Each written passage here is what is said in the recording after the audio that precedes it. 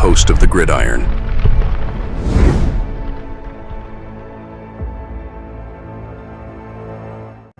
All right.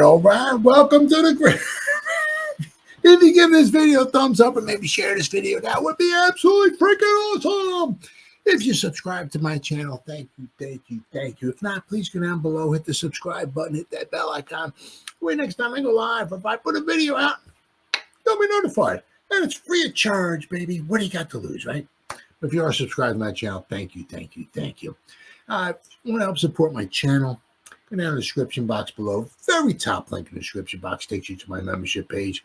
I got 3 different membership levels. Each one has their own little perks to them. So once again, if you want to help support my channel out, it would mean so much to me. And I thank you in advance. Thank you. And also, a little farther ways down in the description box, there's an additional link. Takes you to my Facebook group. It's called the New York Giants, the Gridiron. It's my Facebook group. We have over 9,400 members in the group. It's growing every day. It's doing simply marvelous, might I add. Basically, if I'm alive and breathing, and if I got internet access, I am putting stuff in this group darn near 365.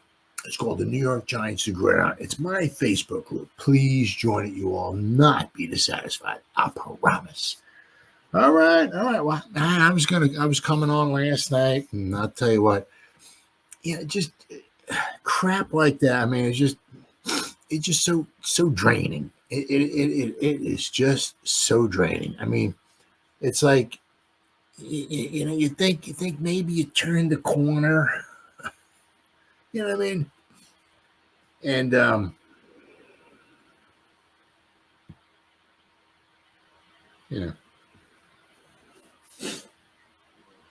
after the Seattle game, right? You figure maybe they turned the corner, or maybe we got this thing figured out. Maybe we can kind of, and the thing is that, it wouldn't be quite as bad or quite as disappointing. The thing is, the Bengals are a decent team. Their defense, they got a couple guys back, Hill, because Hill was drafted by the Giants. So, he had this game circled. He was going to play the game of his life, and he did. They had Rankins got back, so they got a couple of the good players back, but their defense is not very good. But they got a good offense, right? And they were 1-4, and basically, after a while, you just start doing the numbers. It's like if they're 1-5. Could they make the playoffs? Absolutely. And a perfect example of that, all right, is since we're talking about this, the 2024 Cincinnati Bengals, they were 1-4. Okay. If they lost, they would be 1-5. Could they still make the playoffs? Absolutely. Because I always go back to this because I'm stupid, but I remember every now and then I remember a little something. Because you go back to 1970, the first year of the AFL-NFL merger, right? The Cincinnati Bengals were 1-6. Not only did they make the playoffs, they won their division. The division wasn't very good. They won the final 7 games. They went from 1970. Cincinnati Bengals started 1-6, won their final 7 games. They finished 8-6 and won the division. The Steelers won their way up. The Oilers were going to start going on their way down. 72 and 73. The Oilers, only team in history with back-to-back 1-win seasons. But the Steelers were kind of on the way up. The Steelers in 69, Chuck Noll took over. They were 1-13, so they were starting to work their way up. 1-13, and then 70, 71, they weren't quite playoff bound. 72 is when they first made the playoffs, and after that, of course, the dynasty was off and running. But the Browns, I tell you, it was rather disappointing for the Browns in 1970. I don't want to go off on a tangent here, but the Browns, 64, they won the championship. 65, they went to the championship game.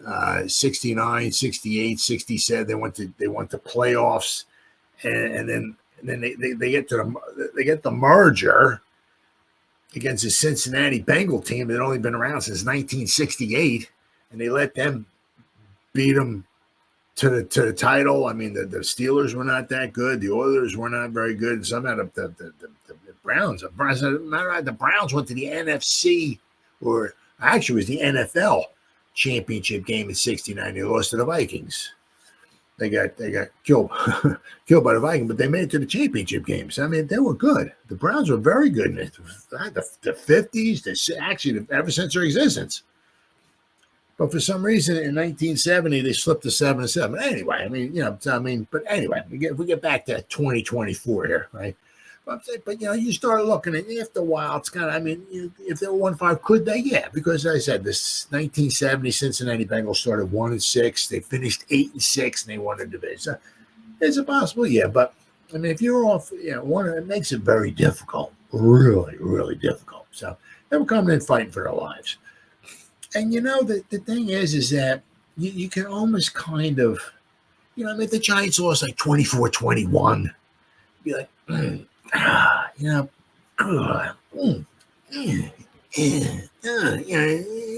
kick the dirt a little bit and come on, man, be a little bummed out and all that stuff, and maybe shed a little tear or something like that. But I mean, yeah, you can, it's any given Sunday or Sunday night or Thursday night or Monday night, or, anything can happen, anything, right? So, but I mean, it's like 17-7. He scored 7 points. I mean, it just totally mind. It just goes to show you how Brian Dable brings this up all the time. It really is. Each game is its own story, and every week is totally different. This team's got nothing to do with the team from the year before, and just. Yeah, so it's true. You look at what the Giants did in Seattle. They couldn't hear anything. They all go up to the line of scrimmage. They can't hear nothing. Nobody jumps off sides. Tracy's running for almost 130 yards. Daniel Jones looking like Joe Montana out there, just driving the team up and down the field, up and down. And they're against like the worst team in football. It was one of the worst defenses in football. We scored 1 touchdown. And Daniel Jones still hasn't thrown a touchdown pass at home yet. I mean, let's see. I'm trying to think. Let's see. Well, I remember last year. Let's see. Let's do this. Okay, we're good. 2024 New York Giants. Go back last year, previous season. If you look, I mean, the first game of the season against the Cowboys, he didn't throw a touchdown pass. Then we came home against the Seahawks. Of course, he threw a touchdown pass, but it was to the other team. I forgot exactly. I don't remember if he was in the Commander game, but it's like, so this year he hasn't thrown. I mean, what is it with playing at home? Right, against Minnesota, we scored 6 points. So we played 3 home games and we've scored 1 touchdown. 3 home games, 1 touchdown. We've scored 22. We scored 28 points in 3 home games. We're averaging like 9 points a game at home. It's like, what are we down? It just simply. It's like I can't remember what movie it is with Al Pacino. I don't remember if it's like one of the Godfathers or what the heck it is or something. Every time I try to get down, they pull me back in. It's like every time you think maybe we turn the corner or something. I mean, why we at home or at nighttime? Why can't we win? I think Daniel Jones is like 1-14. At nighttime? Are you kidding me? I mean, we've had 3 home games. He hasn't thrown a touchdown pass in 3 home games.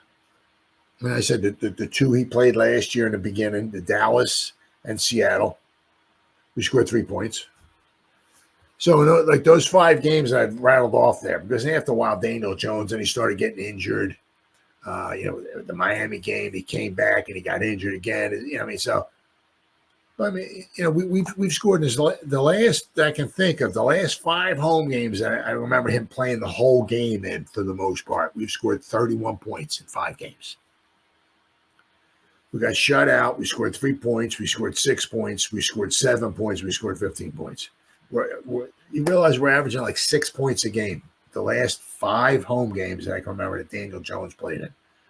Not 1 touchdown pass in 5 home games. We've scored 1 touchdown in the last 5 home games. 1 touchdown. I mean, one of the things that Carl Banks was talking about, he said, it's kind of like, and it seems like it's true, right? And now, of course, we're going to go over a little Andrew Thomas news here, which quite possibly, he doesn't seem super spectacular during the year. And last night, though, I can't remember the dude's name. He's a real good edge rusher. I can't remember it for the Bengals. Basically, just plowed him over. And I'm like, when he sacked Daniel Jones, I'm like, is that Andrew? I didn't know. I was like wiping my eyes. I was like, did we bring Nate Solder back, or is that Evan Neal? Who is that out there? That's ain't no way that's Andrew Thomas. I mean, this dude just basically bowled him over. And it's like, and Andrew Thomas like laying on. I was like, what the? So he's had whatever this is. He's had it ain't just last night. He's had this for a little while, and it's apparently whatever is getting worse. And once again, it's another foot/ankle, whatever issue with Andrew Thomas once again. So, so he's got the foot this year. Last year he had the hamstring. 2022 he was all that in a bag of Doritos, and then injuries, and just same thing with Evan Neal, injuries, right? So, but I mean, it just, I don't know, very, very disappointing. Very, very. I mean, you look at like the stats. I gotta find them.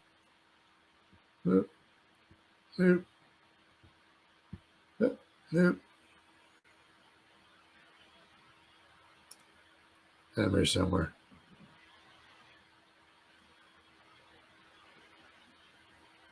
I got so many. Oh, okay. Well, there we go. I got so many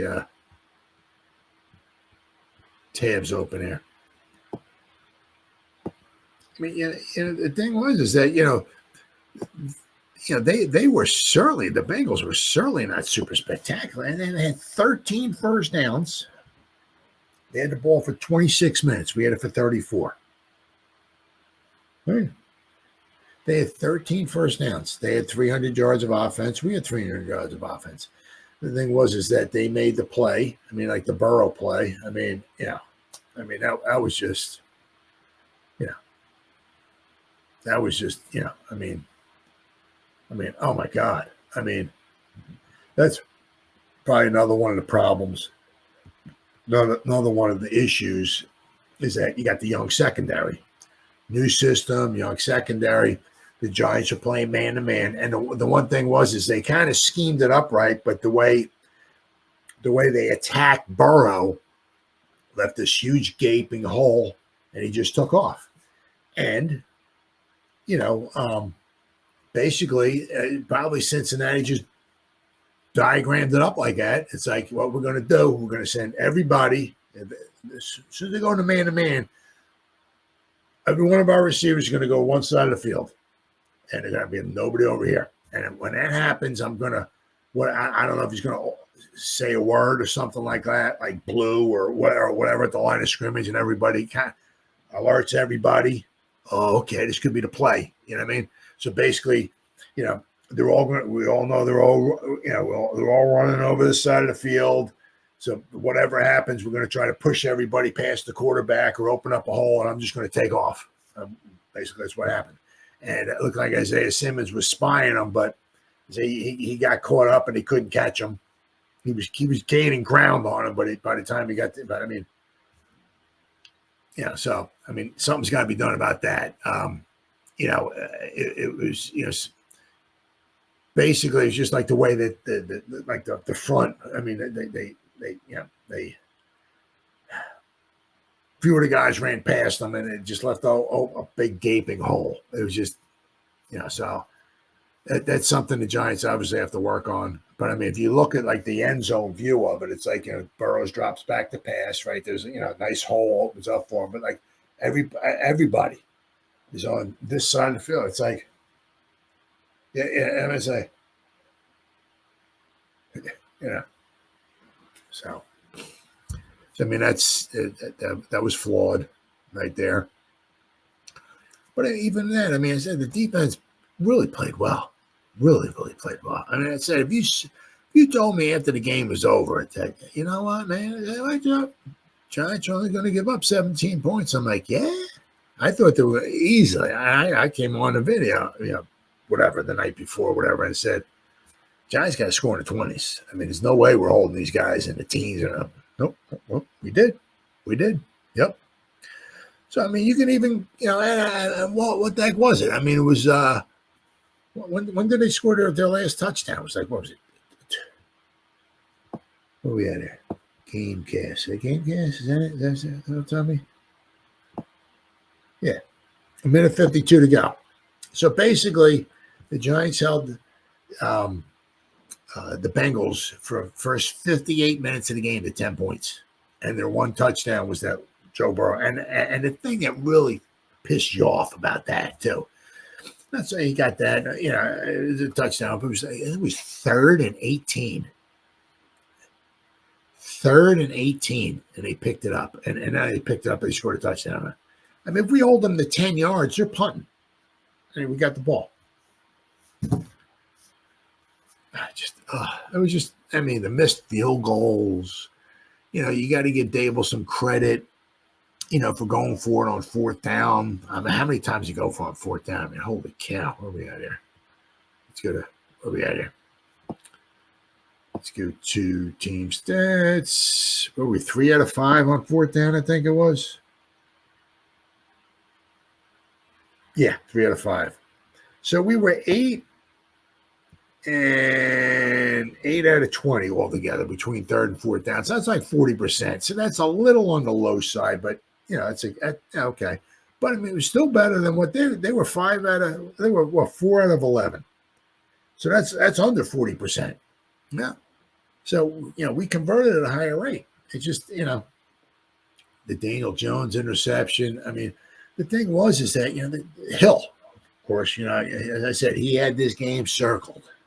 Oh, yeah? Yeah, you don't want to re-sign me? All right, yeah, okay. I got something for you. Oh, dude played the game of his life, didn't he? Oh, yeah. But the thing is Daniel Jones, he's standing in the pocket, surveying, and he's looking, right in the middle of this vision right here is a 300 and something pound body running right at him. I mean, he's played college football, I guess high school football. He's played 6 seasons in the NFL, blah, blah, blah, blah, blah. You got to know when to hold them, know when to fold them. You got to know, right? You got to feel, you got to have that pocket presence, right? You can, look past the guy, but no, right? I mean, you've been in the pocket 750,000 times in your career, between college and all this stuff, dropping between practice, the preseason, regular season, even a playoff game, right? You were in the pocket. You got to know. You got to feel the guy coming. You can't, what I mean, get it where he's that close and he can hit your arm. I mean, if you're looking this way and you pat whatever, you drop back and you should be like bouncing around, But if somehow you wind up getting blindsided, it is what it is, right? But I mean, if you got the guy running right at you and you don't get the ball off, and what are you doing? I mean, that was pretty much we were at the 14-yard line right there. And all these guys keep talking, Carl Banks and Big Blue Kickoff Live and Ed Valentine. I've listened to a lot of their shows and all. Even if he just take a knee or whatever, or throw the ball or throw it early or something, just get a potential grounding penalty, whatever. Now that was first down. So you got 2 more downs. Run it a couple times. Pick up another 4 or 5 yards. Get back inside the 20. At least kick a field goal. You gotta get points. My God, what the is wrong with you? The guy's running right at you. I mean, it's got to be as soon as he gets within 5 yards of you. There's got to be an alarm going off because I mean, you get the ball off. I mean, if he's within 5 yards of you. There's no, and if you start, your throwing motion, there's no way he should hit you. Or if he does, it might be roughing, and you might get a penalty, right? And then get a first down. But I mean, there's got to be. If you see a guy, especially it's the guy's not being blocked. He's running full speed at you. You gotta know. It's like the alarm's got to go off, and it just. I mean, it just one of the things I think Carl Banks was talking about too was there's like a little blueprint out there, right? And it's kind of unfortunately goes back to Daniel Jones, being rattled, getting hit, he was getting injured last season, and just. Get to him early, rattle him early, hit him early, get him off his game and all that stuff. And then, advantage to the defense, right? Because you start rattling the guy. And it looked like that's just some of that just started happening. I mean, obviously that early interception there, he was getting hit a lot. Not a lot, but he got sacked a couple times. There was some pressure there. He was getting hit. And we're rattling him. I mean, it was the one play, I forgot, it was third down and whatever it was. He's back in the pocket. Wan'Dale Robinson's got like 5 yards. He's running, toward the sideline. I mean, he's got like,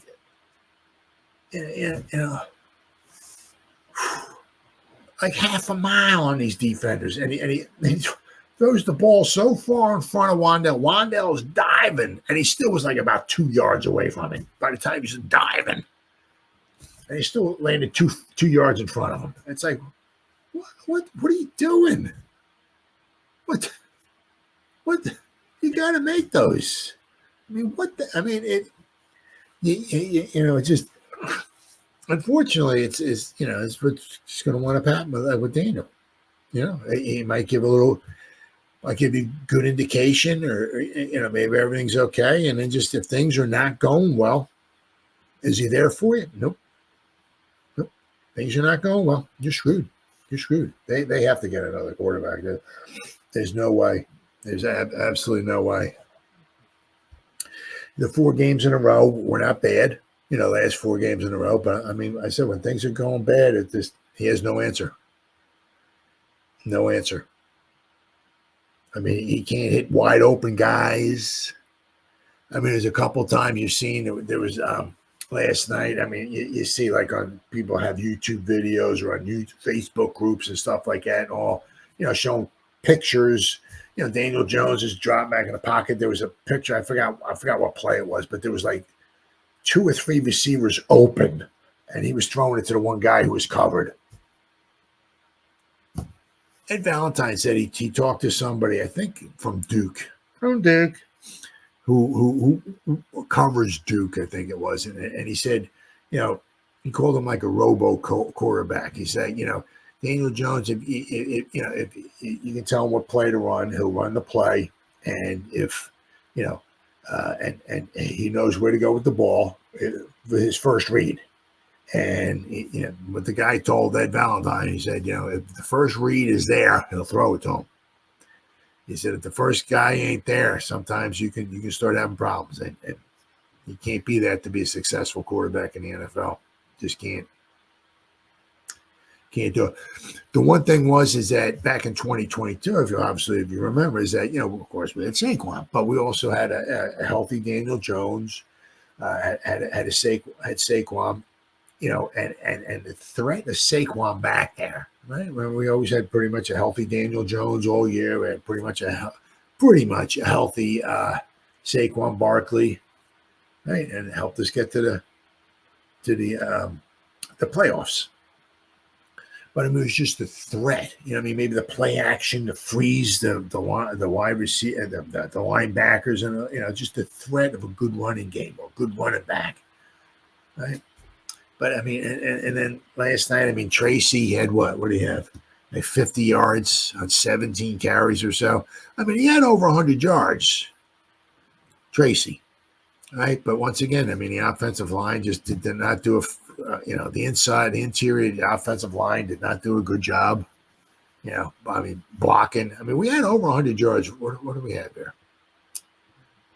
Rushing. Had 119 yards rushing on 31 attempts, 3.8 yards a carry. Now, they had 6.1. They had 121, but like 50 of it was on one run from Joe Burrow. So if you take Joe Burrow's run away, they had like 70 yards rushing on 19 carries. So, I mean, they average they didn't even average.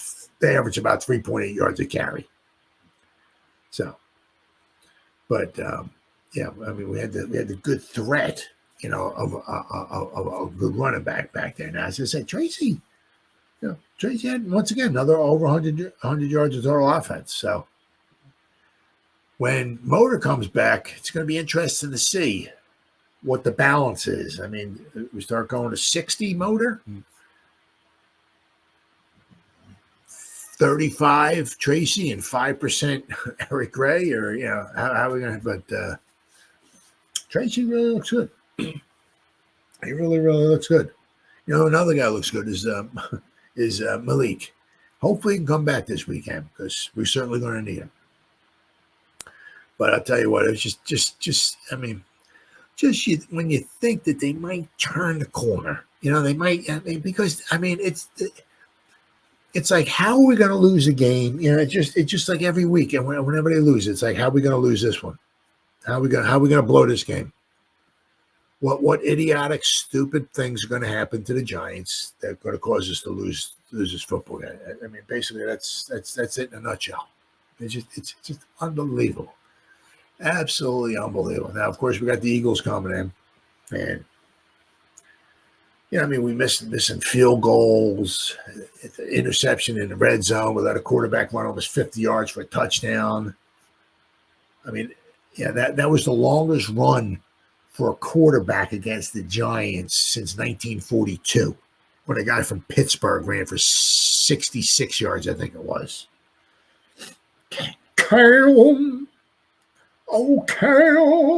In 2015, that was the Josh Norman game, the Odell Beckham Jr. Josh Norman game. 2015, Carolina came into play the Giants.